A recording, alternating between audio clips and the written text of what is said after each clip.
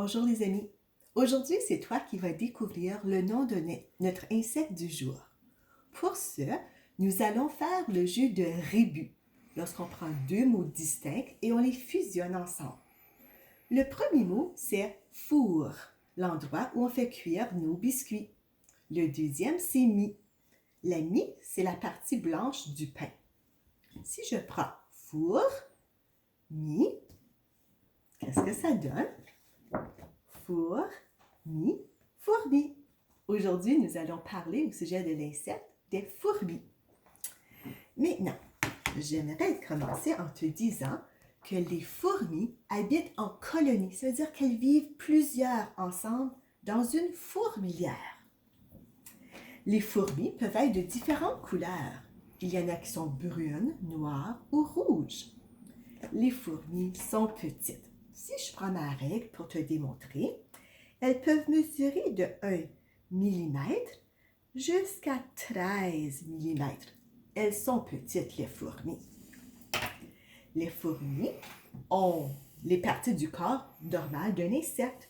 Alors, on voit la tête, le thorax, l'abdomen et 6 pattes. Les fourmis ont aussi des antennes très spéciales.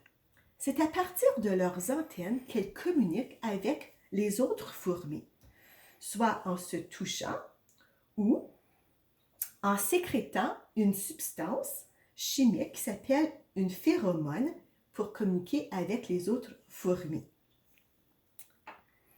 J'aimerais placer les activités de fourmis tout de suite sur le côté pour juste te montrer deux petits bricolages que tu pourrais faire.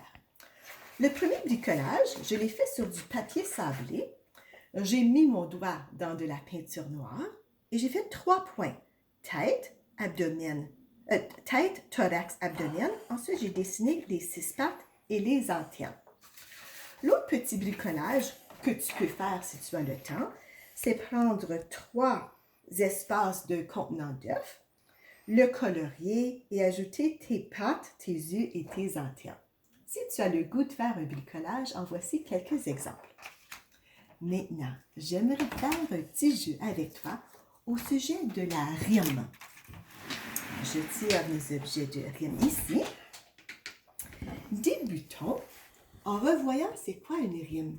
Une rime, c'est lorsque l'on prend... Je prends une petite pause, les amis. Alors, continuons avec nos rimes. Si je fais des rimes, c'est important qu'on reconnaisse le dernier son du mot que l'on découvre. Alors, si je prends aujourd'hui du macaroni, ça rime avec riz. Macaroni, riz. Dans la classe, nous avons des amis dont leur nom rime avec macaroni et riz. Andy, Lily, Ellie, ça rime avec macaroni et riz. Si je prends un rat rime avec soldat. Ah, et le dernier son, ça rime aussi avec des noms d'amis dans notre salle de classe. Delia, Mila, Eliana, Leila, ça finit par A, ça rime. Si je prends le mot lapin, lapin, rime avec poussin. Lapin, poussin, ça rime. Si je prends l'abeille, abeille, ça serait bouteille.